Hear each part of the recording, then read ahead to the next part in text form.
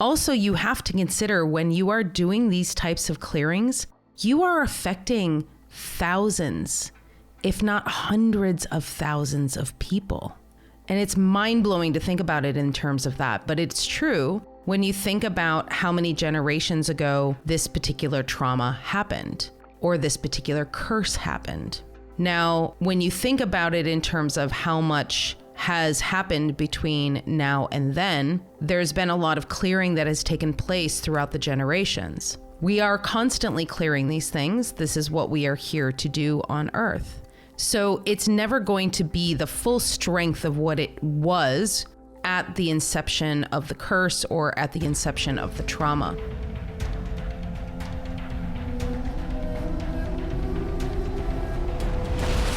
Welcome to the Akashic Recordings.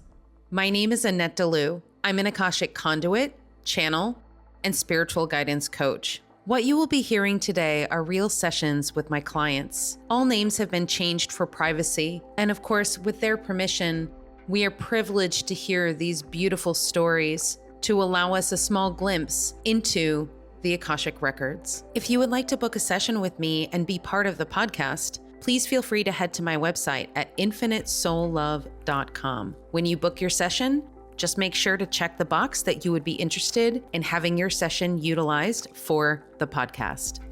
For those of you who really wanted to sign up for Soul Discovery Workshop, I have great news for you. You can head to my website, and on the homepage, if you go to the little box that describes Soul Discovery Workshop, there is a button there that says sign up for the waitlist. I will be running another one later on this year. So if you want to be in the know and want to be the very first one to sign up for the next session of Soul Discovery Workshop online, feel free to head to my website at infinitesoullove.com. Go to that homepage, click sign up for the waitlist, and send your email, phone number, as well as your first and last name. And I will make sure you get that registration email as soon as the next course is ready to launch. In addition, you will get a discount code for the early bird sign up. So if you are interested, head over there now. Naomi came into the session with the desire to address potential ancestral curses. She also wanted to discuss her relationship with her parents and why they have incarnated together in this lifetime. We also discuss what it means to connect with and or be a victim of energy vampires. And finally, we address what it means when we are connecting to the energy of our parents and there has been infidelity, where the anger goes, where the emotions go, and why we feel what we do when those situations arise in our physical 3D form.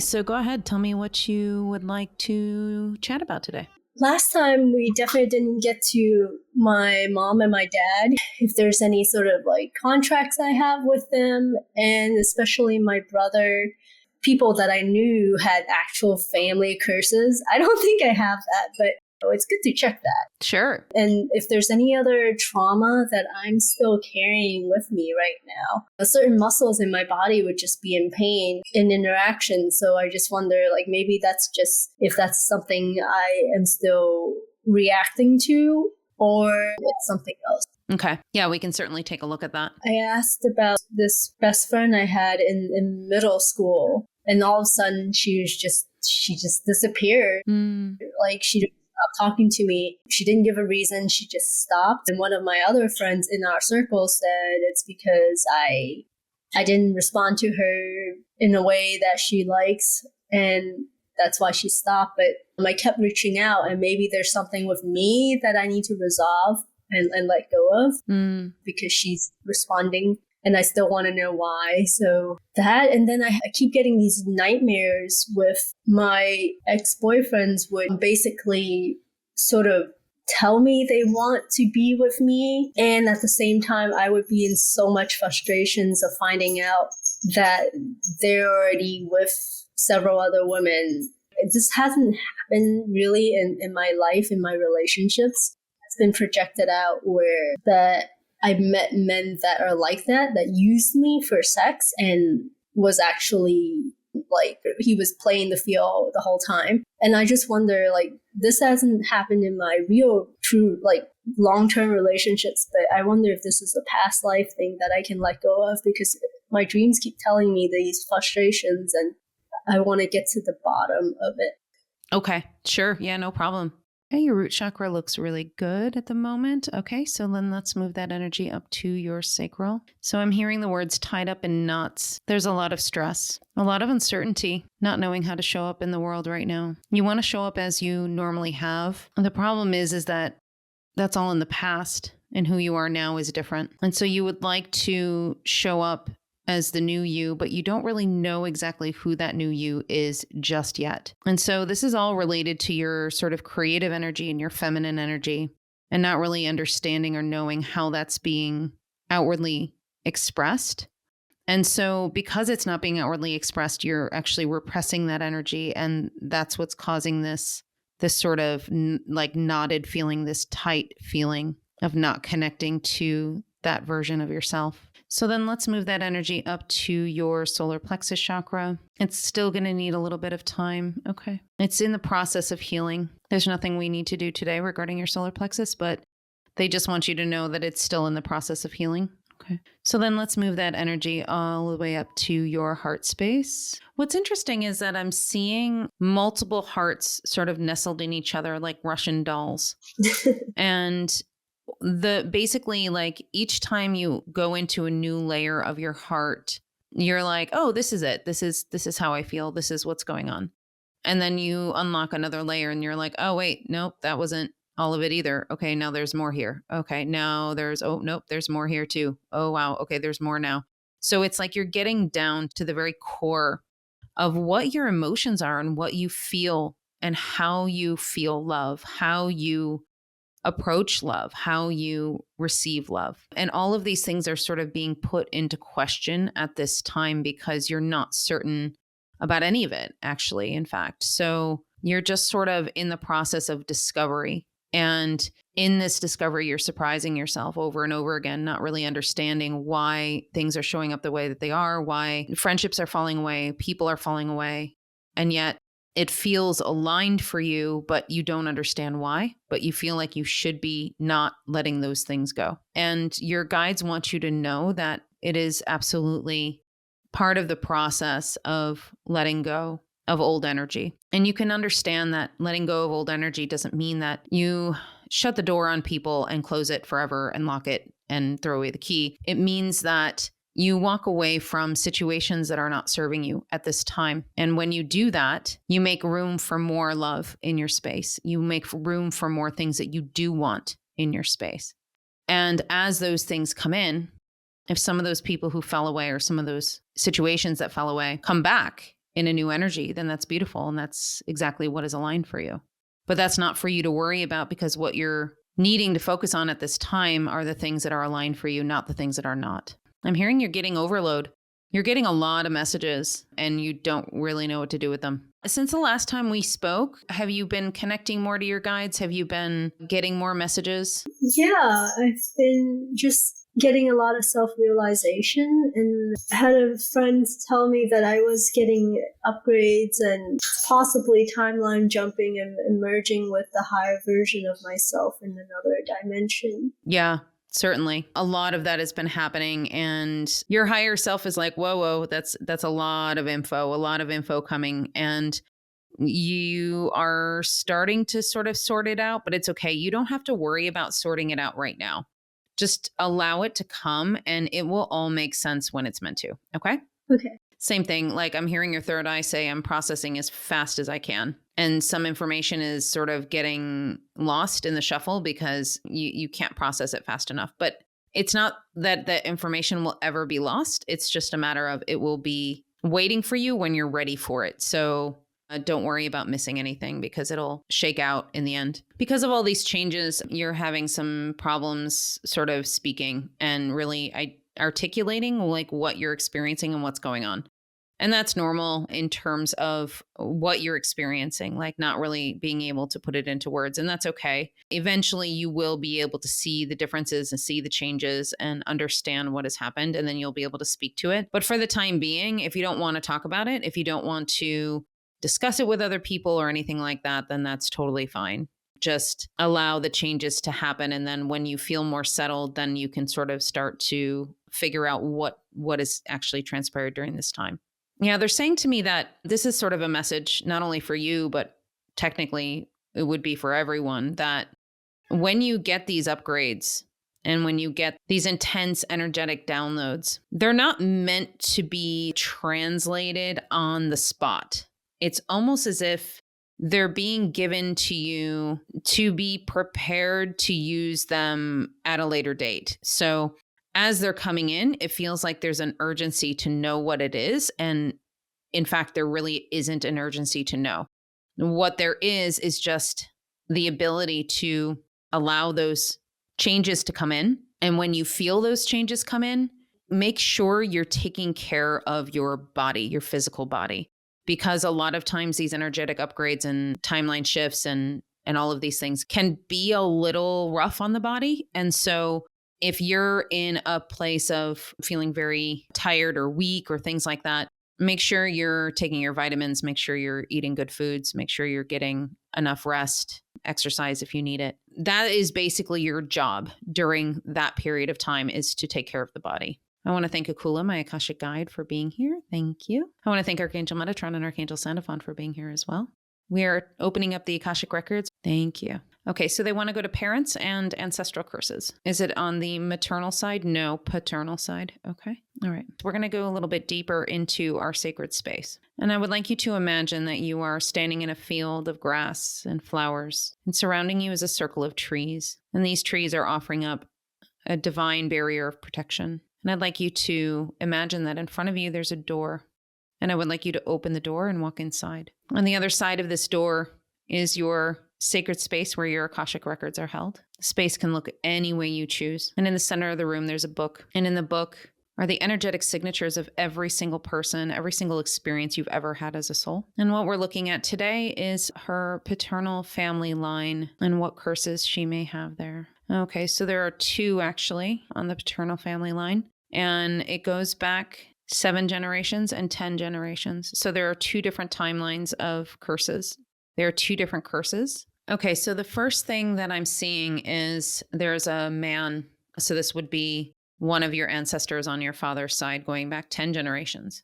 And I'm seeing him raise his hands to the sky, fall upon his knees, put his hands in his face, and start sobbing. He is in a space of not only supplication, but he's in a space of grief and pain. I'm hearing, "Why have you forsaken me?" And he's speaking to God. He's lost his family. He's lost his entire family, his wife, his children, all of the aunts and uncles, everyone. There was a disaster. It was a natural disaster. It wiped out the whole village. He just happened to not be there at the time. All that was left was him. So was he the one that created the curse? Yes. Okay. Got it. Okay. I've never seen this before, and I don't know how that's going to play out. That's really interesting. So the curse is actually, he's cursing God.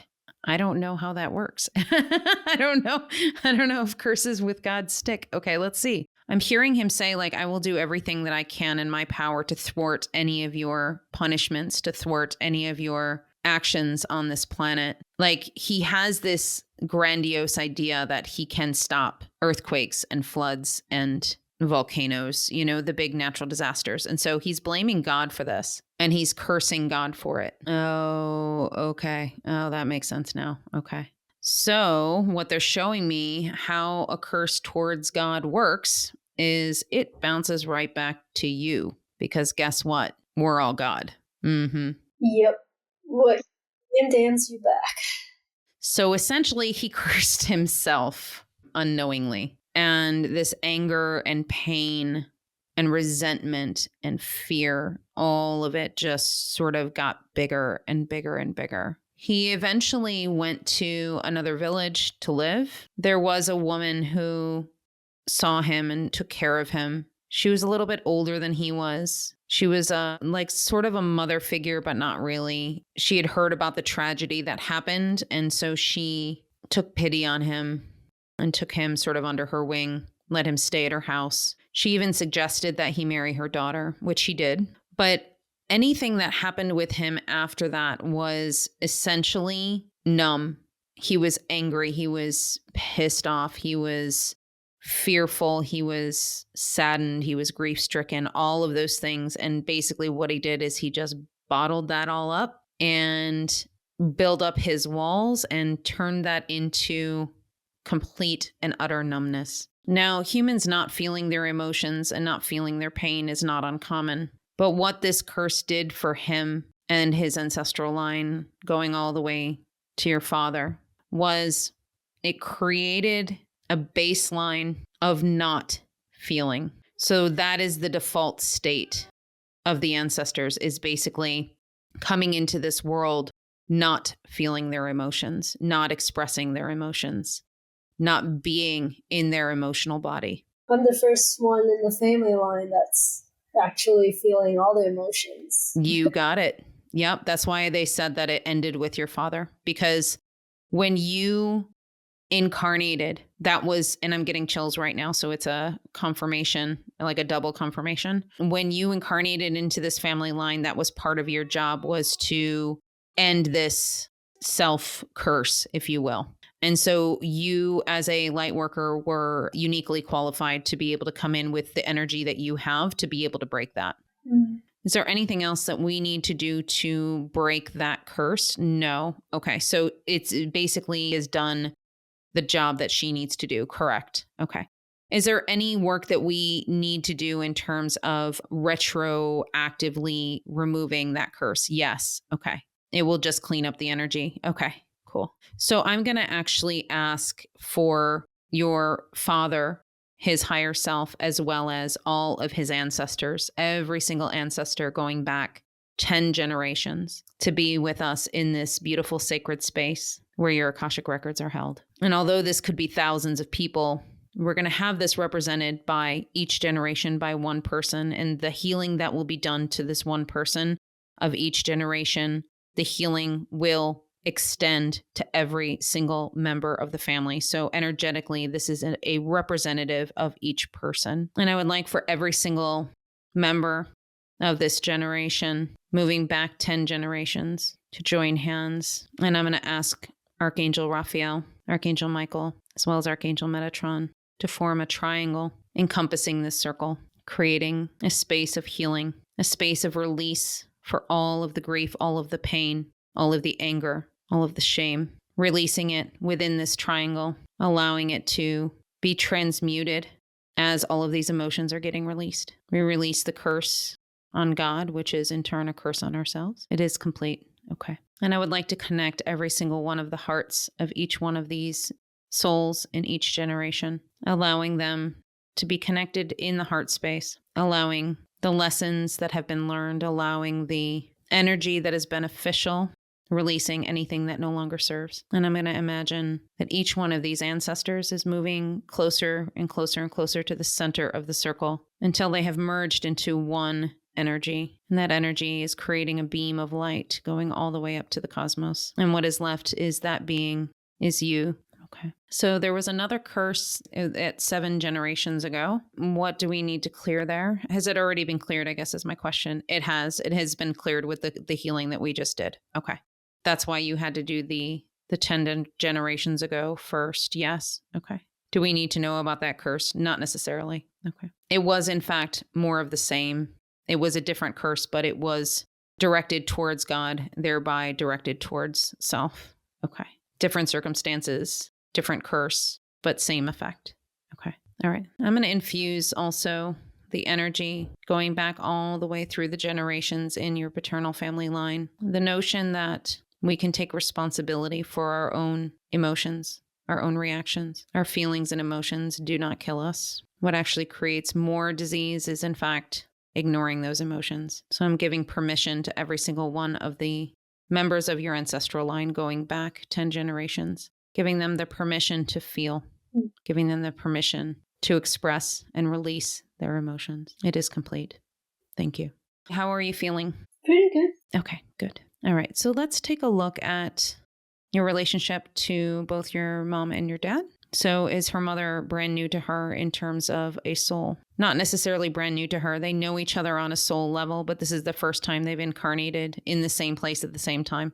Okay. Are they soul family? They are. Oh, okay. So that can happen sometimes, is that we can actually have members of our soul family who we came down to earth with. And sometimes we won't incarnate with members of our soul family until much later. So it looks like that's what's happened here. So you know your mom's soul pretty well on a soul level, but this is the first time you've incarnated together. They're saying that that's why there's this adjustment period with you in terms of energy. You're used to dealing with each other on an energetic level, not on a human level. And so dealing with each other on a human level has been challenging in a lot of ways, because it's almost as if not only are you trying to get to know each other in a different way, but you're trying to get to know each other in terms of your own human baggage or human energy that you've kind of been carrying with you over the course of time. So you haven't been privy to what her experiences have been on Earth and vice versa. So it's like you're just starting to get to know what each other is all about in this human life. That can be hard sometimes because you know her on a soul level, you know how she is like in her pure essence, but yet her physical human self is not showing up in that way all the time. And so it confuses you sometimes because you're like, wait a minute, why isn't she showing up the way that I know that she can or that I know that she would? It can be a little off-putting or discombobulating, like it kind of makes things feel a little off. She's more like, I realize, an energy vampire. It just gets worse over time. When I was a kid, I wouldn't know, but over time, it's like I don't want to be near her for an extended period of time. Yeah. And so what that has to do with is the fact that you are further along than she is. So even though you both kind of came here at around the same time to Earth and started incarnating at the same time, your growth pattern has been much more rapid than hers. When I say rapid, I mean, we're talking, probably thousands of lifetimes. In the grand scheme of things, it's a while from the trajectory of your souls. She has spent more time sort of on the other side trying to figure things out, versus you will incarnate and then just do what you need to do. The energy vampire thing is as a result of the fact that your energy is just much bigger and much more stable than hers is.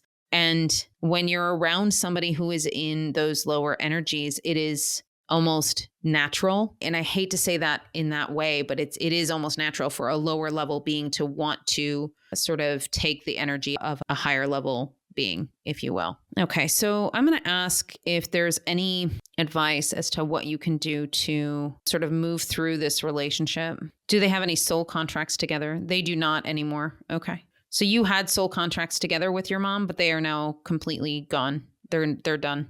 Oh, great. So glad to hear that. So then essentially it is up to you whether or not you would like to have a relationship with her. The important thing to mention here, though, it's one thing to decide that somebody is sort of toxic and you don't want to spend time with them. And it's another to push them away out of hurt and pain over how they've treated you. And so they want you to make sure that when you are going through this process of healing this wound within yourself for your mom, that you acknowledge the reasons why she's in your life. You acknowledge the reasons why things happen the way that they did, and understand that she is a soul going through her process just like you are, and that you can release all of the past hurt and the past anger and irritation towards her.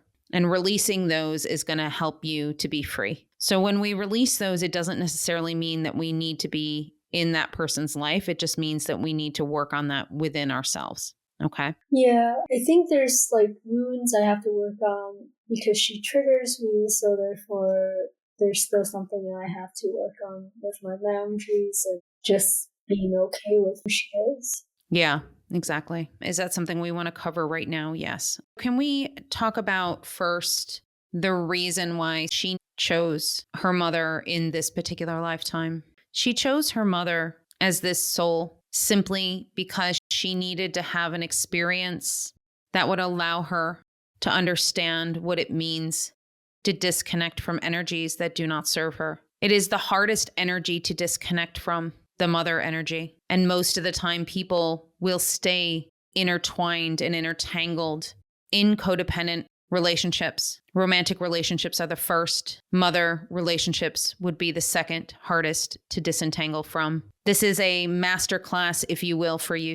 You are mastering the ability to acknowledge, understand, and be discerning about energies that are around you, and learn how to look after yourself first and your energy first, and not get wrapped up in other people's dramas or energies. This is something that you needed to practice, and it's why you chose her as a mother for this lifetime. It is a mastery that you will achieve by the end of this lifetime. To be able to let somebody go with compassion and love in your heart, but also to let them go from your life from an energetic standpoint when it is necessary. As we said before, this is not about closing doors and shutting them, locking the door and throwing away the key. This is about going with the flow of what is happening in any given moment. And if that moment calls for you retreating, pulling back your energy, clearing your energy, and taking time for yourself, that's what is called for. If there is a situation that calls for you to connect with your mother or to connect with somebody who you deem as somewhat toxic in your life, then that decision has to be made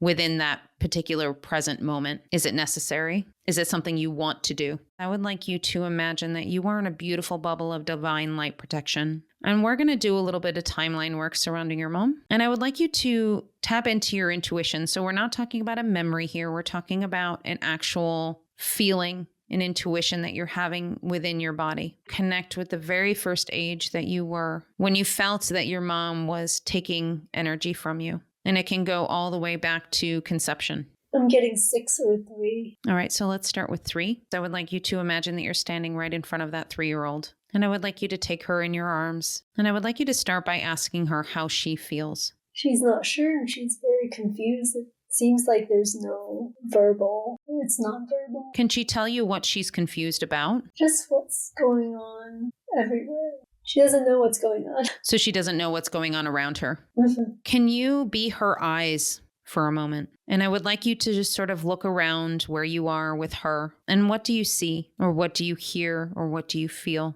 Feeling like learning and just observing the people, the family around, and possibly my mom being scared or not knowing what to do. So your mom is scared and she doesn't know what to do? Yeah, I think so. Do you know who else is in the room? Probably my dad and his family. So are there a lot of people in this room? Yeah. So I would like you to take the 3-year-old you by the hand. And I would like you to walk over to your mother. And I would like you to ask your mother what it is she's afraid of. Not being accepted. So she's afraid of not being accepted by her husband's family? Yeah. So the confusion that you were feeling as this 3-year-old, was it yours? No, it's theirs and I've absorbed it. So what I'm going to do is I'm going to put that little 3-year-old version of you in a beautiful bubble of divine light protection as well. And what we're going to do is we're going to insulate that bubble with some soundproofing.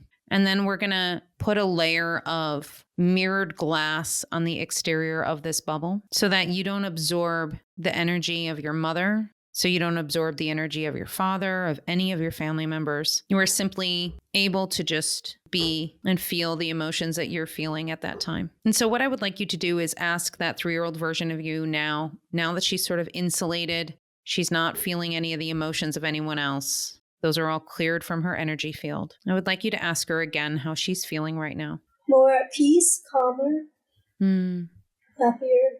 Okay. So can you identify, was it your mother specifically that was trying to feed off your energy, or were you just sort of a bystander and absorbing it? I think it's just absorbing it as a bystander. Okay. So we're going to leave the little 3-year-old you in her bubble, and we're going to travel a little bit more forward in time to the 5-year-old version of you. And we're going to do the same little check-in. I'm going to ask you to ask her how she's feeling right now. She's okay, but she's confused about why no one's telling her what's going on. Okay. So you're acknowledging that something is going on around you, but you don't know what it is. Yeah. Is it between your parents or who is around you right now? It's between my mom and my aunt, my mom's parents. Is there a reason why you needed to know what was going on? It's to probably feel safe. So you were feeling unsafe at that moment? Yeah. Okay. Identify the first person that you feel like is the best person to talk to about this. If it's your aunt, your grandparents, your mom, who is the first person that comes to your consciousness right now? Mom. Okay. So I'd like you to take that little 5-year-old version of you by the hand, and I want you to walk over to your mom and just ask her what is happening and what is going on right now. She's saying Dad's gone and she doesn't know what to do. Did you know that? Did you know that your dad was gone? No. Okay. So that was the confusion. Yeah. When did you find this out? We're finding this out now in this moment in time when you were 5, when you were feeling very confused and you're trying to ask your mom what was going on. But at the time, you didn't have the support you needed to ask those questions. So when was the first time that you found out that your father left? Probably when I was 7, when I moved to America and he was there. Okay. So from the age of 5 to 7, what did you think happened to your dad? I don't know. You just didn't know? Yeah. Okay. So I want you to ask your mom at the age of 5 and at the age of 7. So I want you to have both of you there. And I would like you to ask her why she couldn't tell you what was happening, why she couldn't tell you what happened to your dad. She didn't want to upset me or scare me because she was unsure. Was she scared herself? Yeah. Yeah. Do you feel like it would have been better had you known? Yeah. Yeah. So what I would like you to do is I would like you to approach your mom in the version that you're in now. So the current version of you is approaching your mom from that period of time when you were 5 years old, all the way to when you were 7. And I would like you to just have a little conversation with her and let her know that it would have been really beneficial for you to know what had happened and why your dad left, and that you would have been able to handle at least a little bit of information so you wouldn't feel so scared. Just have that conversation and let me know when you're done. Okay. Okay. And what did she say? She said okay. She wasn't sure if it was going to translate because I was so young and she doesn't know if I understood. So now what we're doing is we're sort of rewriting those timelines. So even though the past did happen in the way that it did, we're creating a new timeline where your 5-year-old self can find a little bit of comfort in knowing as opposed to having that confusion. She also has you with her right now. So even if finding out the information that she did was scary to her, she has the adult version of you here with her right now, holding her hands. If we feel like picking her up and giving her a hug, letting her know that you're always here for her. Okay. So even if your mom could not be that strength for you, you can be this strength for you. So anytime you have a memory, anytime you have anything that pops up in your consciousness, as you were saying, like if you feel triggered by things that your mom does or anything that pops up, I would like you to write it down and maybe do a little exploration of that emotion. Feel the emotion, write it down, and ask yourself when the first time was that you felt this emotion around your mom. Now, of course, you and I can, we can work on this anytime again as well, but this is a good exercise to get into on your own, is to be able to start identifying these places, okay? So let's take a look at your father and your connection with him. Have they had past lives together? They have. Okay. They've had many past lives together. Are they soul family? They are. Okay.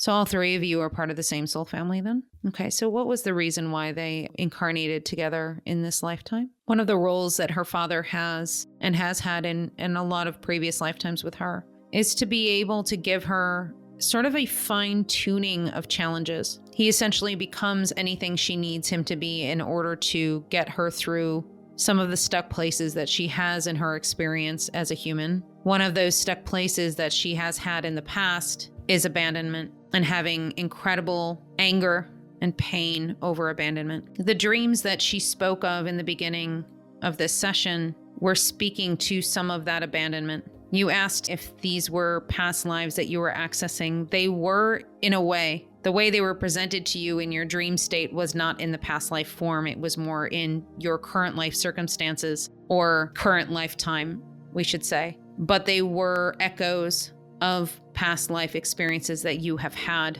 You have had many issues with infidelity, with abandonment from male figures in your life, and this has been over the course of several lifetimes. This is something you are on the tail end of healing. It is almost complete. The one question we have for you right now before we dive into what is happening with your father any further, how do you feel about him right now in this moment? I actually love him. I feel really good about him. I understand his role in my life. And I do realize that the abandonment from leaving was something that feels that way. But I couldn't put the whole infidelity part together. But then I realized there was infidelity in a different way from him and my mom. So I guess it's all very confusing at a moment in time. But it makes sense. This is all coming from these lifetimes. And this all kind of pulls together in explaining why you're having these experiences is because you needed to believe, accept, love, have compassion for, and not take on the wounding of being abandoned. Because oftentimes when people go into the wounding of being abandoned, they take it personally. They feel like it is their fault that the person left their life. When in fact, 99% of the time, it has nothing to do with the person. It has to do with what is going on within the other person. So you have, in fact, completed this soul contract with your father. You have achieved what you were here to achieve with him, which is to overcome, have compassion for, and love someone through the feeling of abandonment. Do you have any other questions about your father right now? No. Okay. So do you have any other questions about your mother and your relationship with her? No. Okay. And how are you feeling? Pretty good. Just more clarity and understanding that sort of resolves my childhood stuff. So yeah, next time you have any triggers come up or anything else, make sure to write it down. I'm feeling like a lot of this is still just about fine tuning. It's about fine tuning the clearing of all of these things from your childhood. And so once you get on the other side of this, you're going to be able to handle so much of your own energy and where you are in comparison to where somebody else is, and being able to adjust and operate accordingly. Whereas a lot of people, what they do is they just react as opposed to assess and adjust, if that makes sense. Yeah. Yeah. Okay. Yeah, I've done enough of that. Yeah. Yep. Okay. All right. So let's go on to the next topic. Let's see where the guys want to go. They're saying they want to go to the stomach pain you said you were having. Yeah. Can they confirm that I was absorbing somebody else's discomfort because they're so they're so disconnected from themselves to know what's good for them. So I had to be the one. So a really good way to identify if you are absorbing somebody else's pain, physical pain, is to do some energy clearing on a regular basis. So energy clear in the morning, at night, every day for like 3-4 days. If the pain goes away, it was most likely not yours. Okay. They are saying to me that part of the pain is yours, part of it is not. So you are absorbing other people's physical pain, but then also you are not processing your own pain, which is why it's kind of culminating. So there's some sort of pain that is in regards to this person that you're feeling, and then you're also absorbing theirs. Yeah. So what is the pain you're feeling towards this person? I couldn't speak up that I didn't want what we're doing. And I acquiesced instead of just saying no and holding up my boundary. It's my only way of my body telling me, like, this is not the right way to go. That's my way of, like, knowing.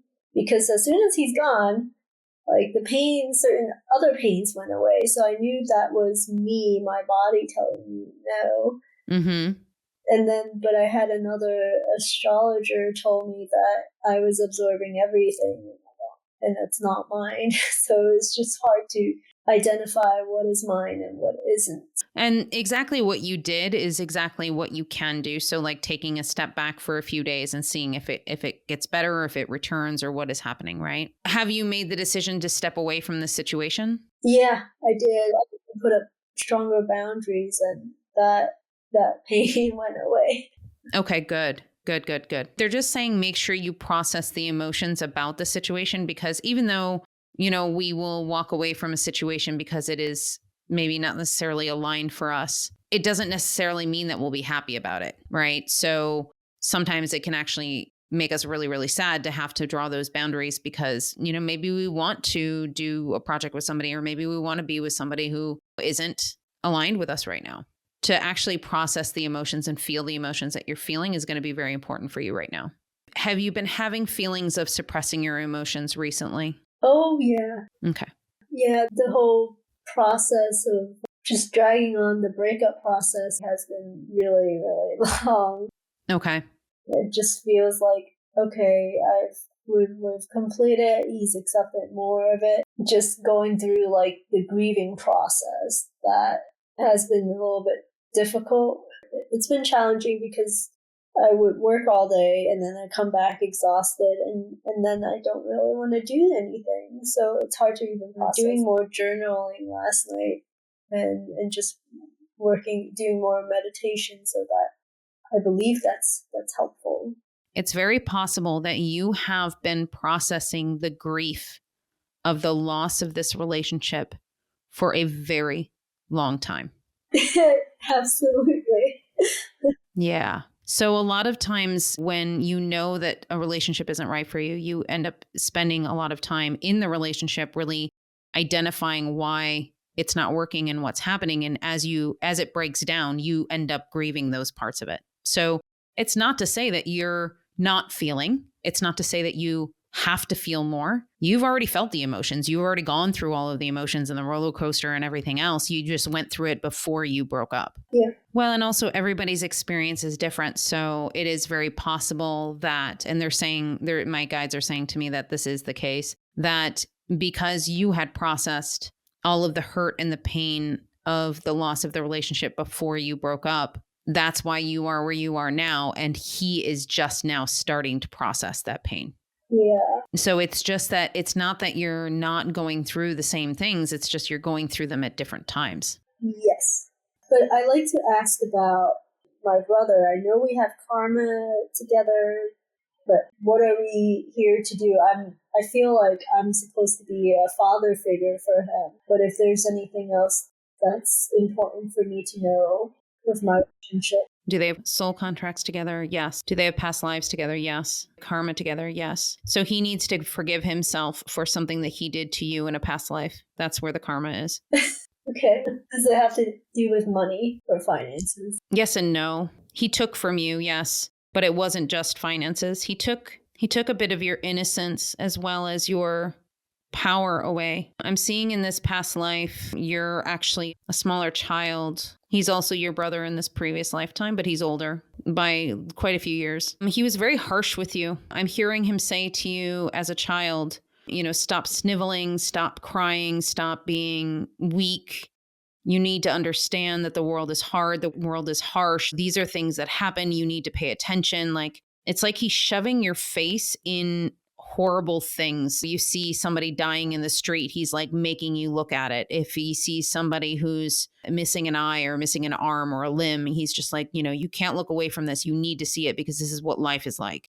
So it was like he stole your innocence. He stole your ability to just grow up as a happy kid because he just kept on trying to tell you how real life is. And he felt like he was trying to prepare you for life. But in fact, he basically just scared the crap out of you. He put a lot of his own fears into you and then basically took your own power away by doing so. So you felt very much tied to him. You felt like you were completely almost handcuffed to him. Like you couldn't operate without him because he was like your eyes and ears. He was your safety. When in fact, that was absolutely not true. He made you believe that. As it pertains to money, he controlled all of it. Mm. So whenever you made money, so this is as you're getting older, whenever you made money, now that I'm seeing this, you're a man in this lifetime. So you're brothers. Whatever money you made, it's like he just took at will. So if you made money, I'm seeing you have a pile of money on a table and he would just take whatever he wanted. He wouldn't care. He wouldn't ask you for it. It was like he felt like it was his right to take any money that you had because whatever you made was also his. Interesting. Almost like you owe me for me basically raising you, for me basically turning you into a functional human being because mom and dad were never going to do that. Yeah, it's very controlling. There's a little bit of love there as well. Like he did love you in this previous lifetime, but it was more geared toward the fear than it was the love. Yeah, that makes sense. The karma played out. It made sense. So let me ask, is there anything that they need to do in order to further their journey together in this lifetime? Yes. Okay. Again, this is a theme that you have, which is to draw more boundaries. This is a theme in your lifetime, is to be able to identify what is truly yours and what is not. And all of the feelings that he has, all of the guilt or the shame that he has, all of the karma that he has from the previous lifetime is his to work through. You don't need to help him work through that. What you need to do is focus on you and your energy. And if he decides to come to you with penitence or asking for forgiveness, be in a place to give it to him. So that is your job to work towards that. So when he does come to you and asks for forgiveness, that you will be able to give it to him. Okay. Does that make sense then for moving forward? Yeah, thank you. Okay, great. All right. So we are going to close the Akashic Records. I want to thank Akula, my Akashic Guide. Thank you for being here. Thank you, Archangel Metatron and Archangel Sandalphon, for also being here. Thank you for giving us the message that she needed today. The records are closed. The records are closed. The records are closed. Thank you. Okay. How do you feel, my dear? Good. I'm so glad we talked. There's a lot work on, and that really preps me for the next stage. Good. I'm so glad. Okay. Thank you so much, Annette. You're welcome. I'll talk to you soon. Have a great weekend. You too. Bye-bye. Bye.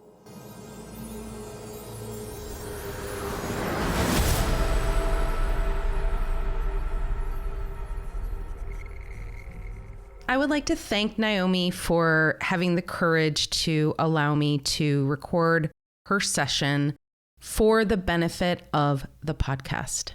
The first big topic we are going to cover today is ancestral curses. There are many things that can be done in the Akashic Records regarding your ancestral line. We can take a look at blockages. We can take a look at reasons why maybe your ancestors have handed down traumas from generation to generation. There are a lot of things that can be done in order to help clear the line, which also means you're clearing the line not only for yourself and for your potential children, but then also it's retroactive. So you're clearing for your ancestral line going back all of those generations to its origin point. Also, you have to consider when you are doing these types of clearings, you are affecting thousands, if not hundreds of thousands of people.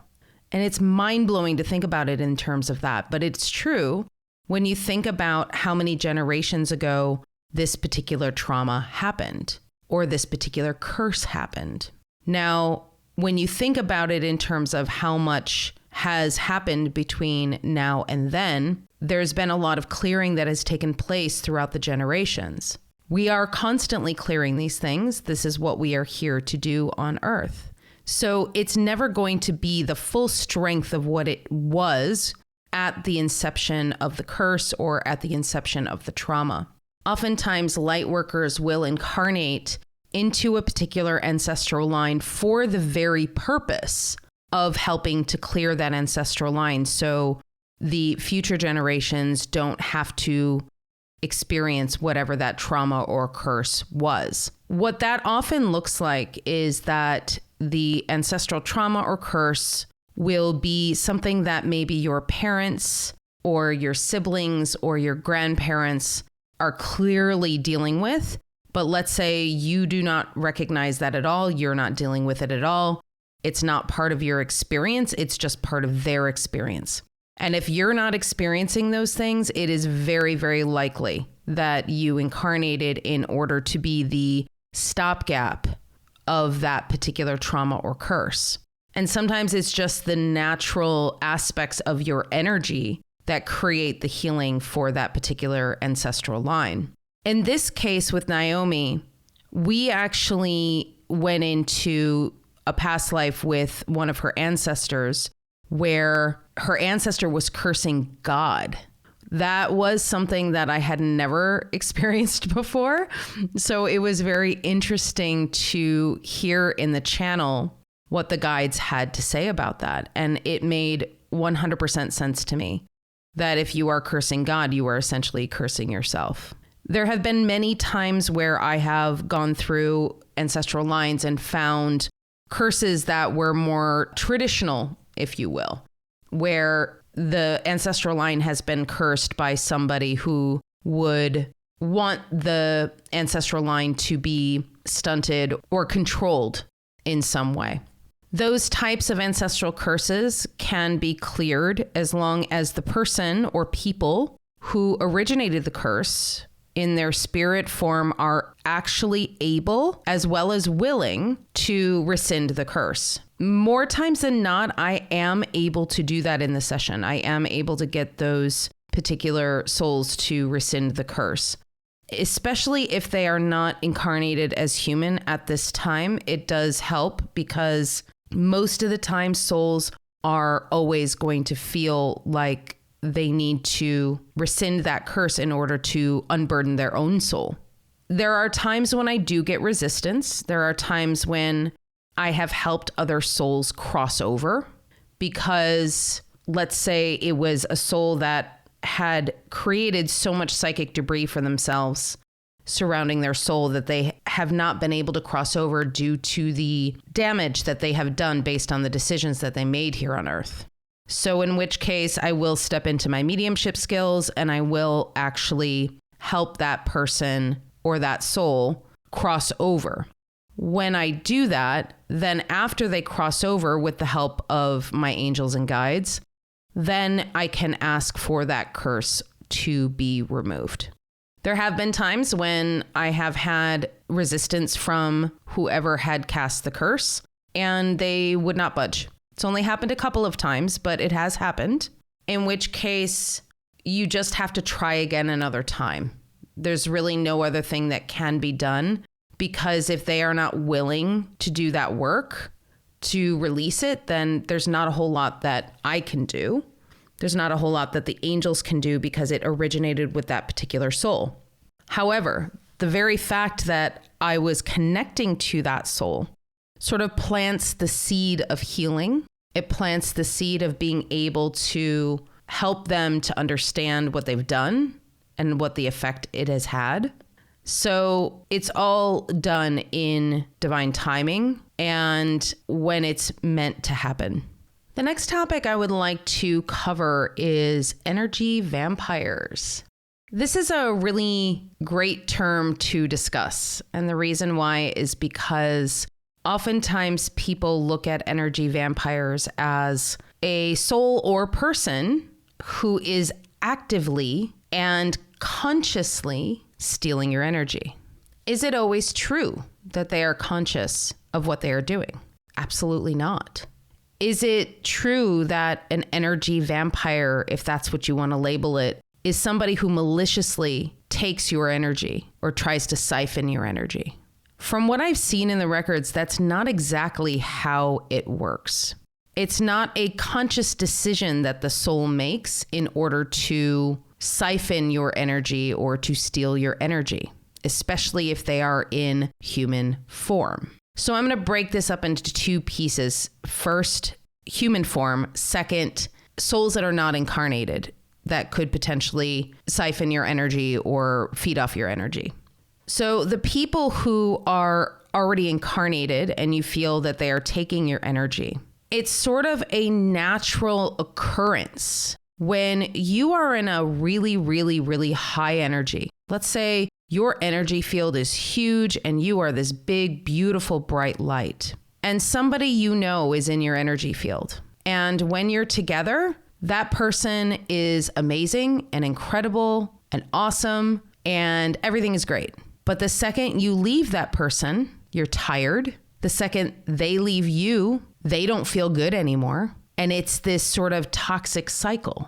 The reason for that is when you have somebody who is in your energy field, who is in a much, much lower energy than you, it is inevitable that they are going to feed off your energy. It's because they like the way that it feels. It feels good to them. They are able to feel good in your energy. And so it's like a moth to a flame. They would love to just be in your energy all the time. And it's not about actively taking your energy. It is about wanting to feel better. We're always seeking to feel better. And that's an incredibly easy, quick fix kind of way to make yourself feel better. Now, is it something that is not serving you or not serving the other person? It depends on what is happening and what the discrepancy in energy is. Being in your energy, let's say, if your energy is the higher energy, could actually help this person get into higher energy themselves. By having them experience that higher energy, they can see what it's like to be in that energy and then ask the universe to show them how to elevate to that energy. That could spark their spiritual awakening. You don't know how that's going to work. So just because you feel that your energy is drained by another person being in your energy field doesn't necessarily mean that they are actively trying to take your energy and they are continuing to do so. Now, you have to use your discretion if that person is continually in your energy field, continually draining you and not doing the work themselves. That's when those boundaries have to start coming up.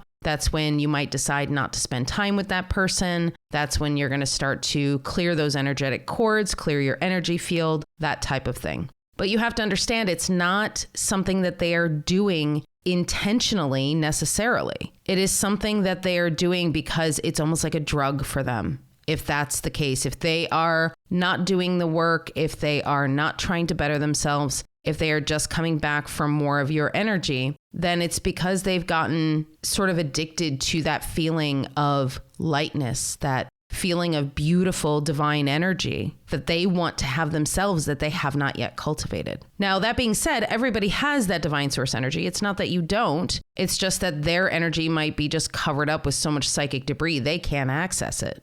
And they see that you have access to it and they want more of that. So if you find yourself getting very tired and drained as you are moving through your daily life, you feel like you're being fed upon by other energies, then it is time to start putting up your bubble of protection more often. It is time to start clearing your energy more often.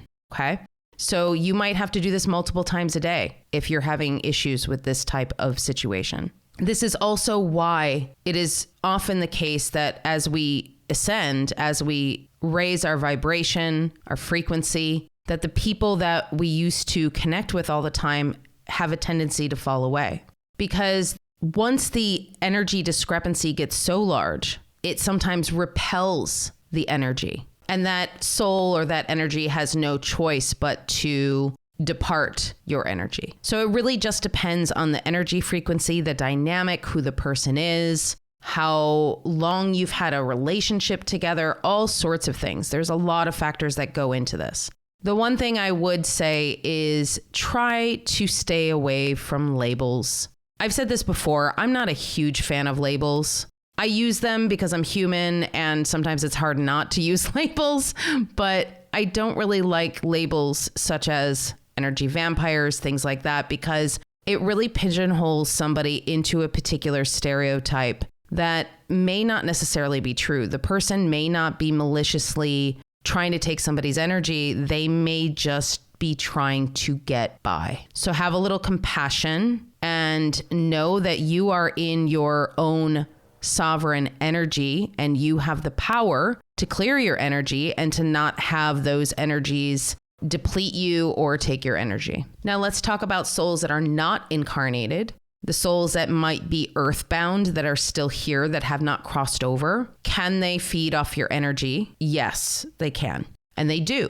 And oftentimes I say this is one of the reasons why drinking, drugs, any sort of substance that lowers your energy field makes you vulnerable to these types of energies. Now, is it super detrimental to you? I mean, it can be if it's prolonged. If the energy decides to stick around for a long time, it can cause fatigue. It can cause physical ailments, things like that. But if you are able to clear your energy on a regular basis, and I mean every day, if you are somebody who drinks, if you're somebody who smokes pot, who does any substance that lowers your energy, and I promise you all of these things do, then you are going to be susceptible to these types of energies, especially if you are out in public. Make sure you are clearing your energy before and after. If you don't partake in any of these substances, can you still be susceptible? Yes, of course. It's just a matter of if you're putting up that bubble of protection, if you're out and about in a giant crowd and there's a lot of souls and energies and things going on, you can pick up something. I remember picking up an energy when I was at a movie theater. And it was such a bizarre experience because it was just my sister and I and my nephews, and we went to see a movie, and we were literally the only ones in the movie theater. And all sorts of things were going wrong with the movie. So first the movie started, there was no sound. Then the curtains in front of the screen kept on going up and down in the beginning of the movie. So like we couldn't actually see the screen. So there was clearly some, supernatural something or other going on at that time. And I just kind of closed my eyes to check in to see what was going on. And I felt an entity that was sort of up and to the right of where I was sitting, up in the rafters of this theater. And what this entity was feeding on was the feeding, if you will, of the guests who come into the theater. So, sometimes when guests come into the theater, they get a big tub of popcorn and they're shoving that popcorn in their mouth like it's their job. And I definitely can't judge because I have absolutely been one of those people. Popcorn is one of my favorite snack foods. Was this entity feeding on that sort of gluttony, if you will? And I don't want to call it that exactly, but it's sort of it's a euphoric feeling when you are eating something yummy, right? It's a dopamine hit. And so that's what the energy would be feeding on. And I noticed it, but for whatever reason, I didn't really acknowledge the fact that it could have attached to me and followed me home. It just didn't come up on my radar at all. I just acknowledged it and then went along, and eventually the movie started and we were able to get the sound and we were able to get everything working, and we watched the movie. I went back to my sister's house where I was staying, and as soon as I went to sleep, I felt the presence of whatever that entity was. And I was just like, oh no. Nope. That's not happening tonight. So I cleared my energy. I asked the entity to essentially cross over. I asked for assistance to help that energy cross over. And that was the end of it. And I was able to help that spirit or that entity be in better, lighter energy in order to cross over. I don't recommend doing that because it's not necessarily a fun thing to have an energy like that follow you home or follow you back to where you're staying, wherever you happen to be.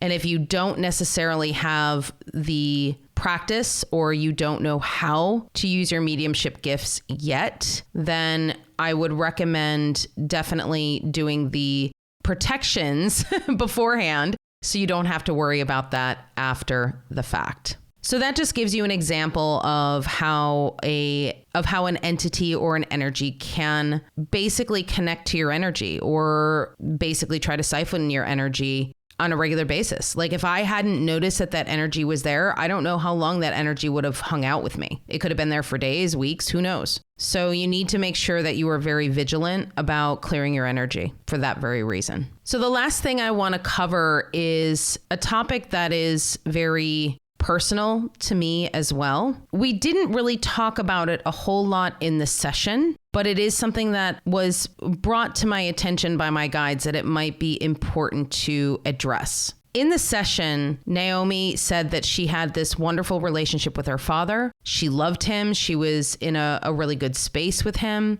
Even though he was the one that abandoned her, he was also the one who cheated on her mom. And the challenges she was having were connected to her mother, who was, in fact, somebody who was trying to fit in with her father and her father's family, that was really uncertain about where her standing was in terms of the family. was really confused about what was happening, didn't know how to handle what was going on, and was really scared. If you looked at that from a movie perspective, let's say, if you were watching a movie and that happened, what would your initial emotional reaction be? Most likely you would have compassion for the wife who felt that she didn't belong, who didn't know why things were happening, who was very confused, who was very hurt. And how exactly would you feel about the man who abandoned his child and was cheating on his wife? So if you were watching a movie, you could say that, okay, yeah, I can see that from the perspective of the husband, that maybe it was a more complex situation than that. But overall, he was the one that did something wrong,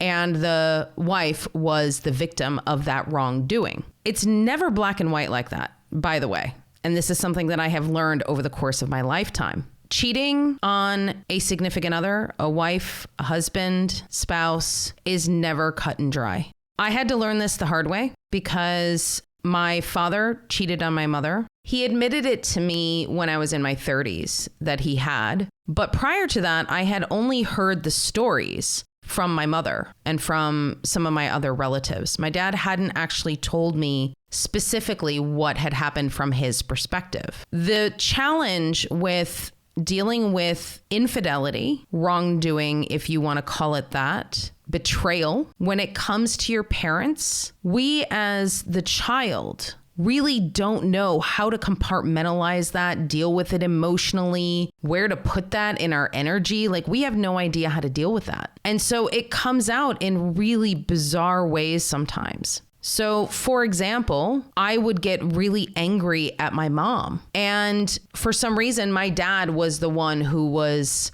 the shining one. I loved him. I wanted to always spend time with him.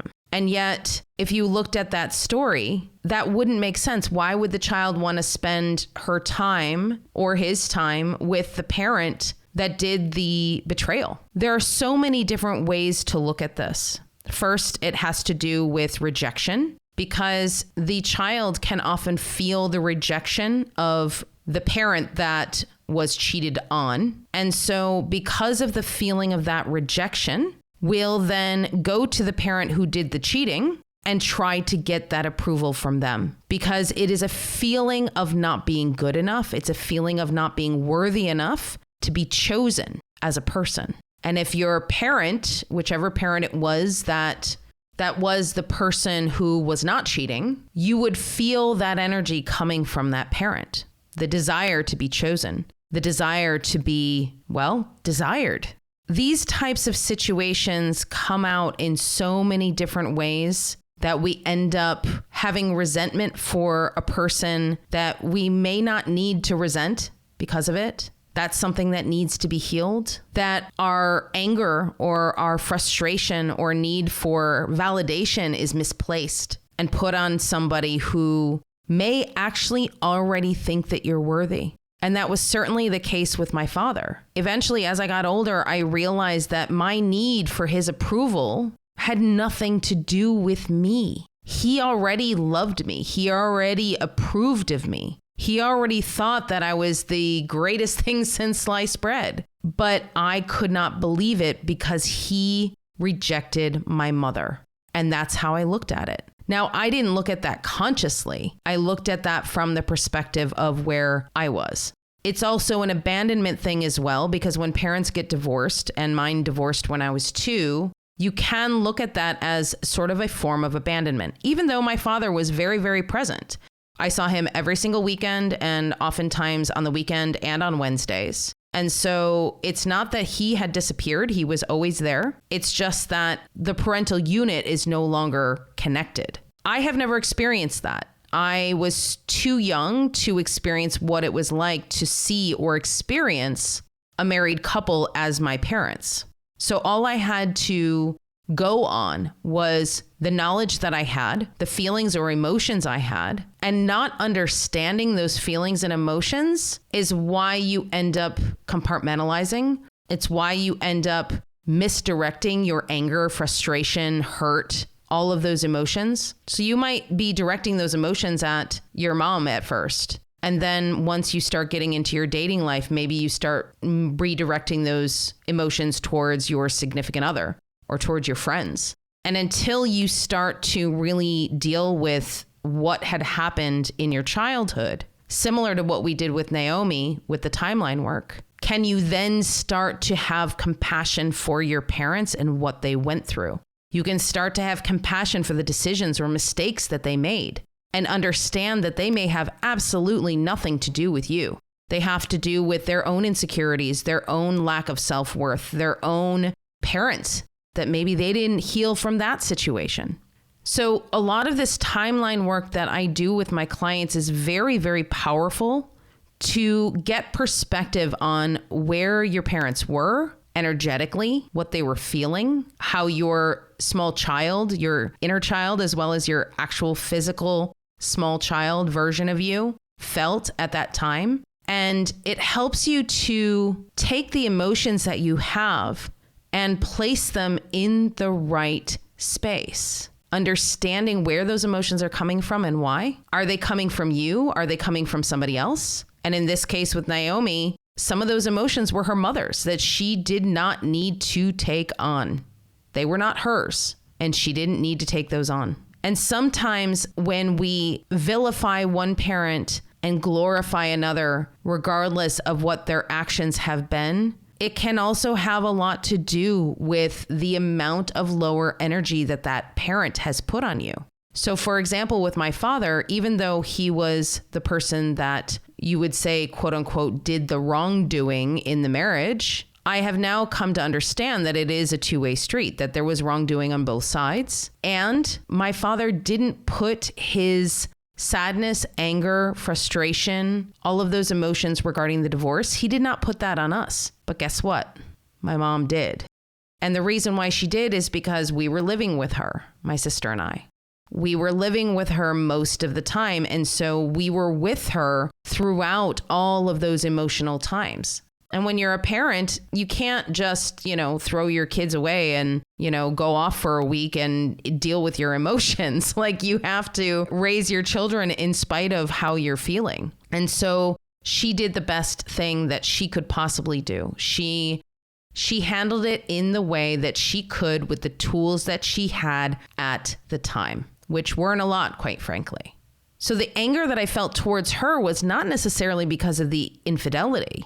It was because of the feelings that she was putting upon me in the aftermath of what happened. And me being the empath and not knowing that that's what I was doing is absorbing her energy, that put me in a state of anger and not wanting to be in that energy and pushing against that energy and wanting to push her away, which is what I did for a lot of my childhood. So you can see how a lot of these things can unravel. It's never just one thing.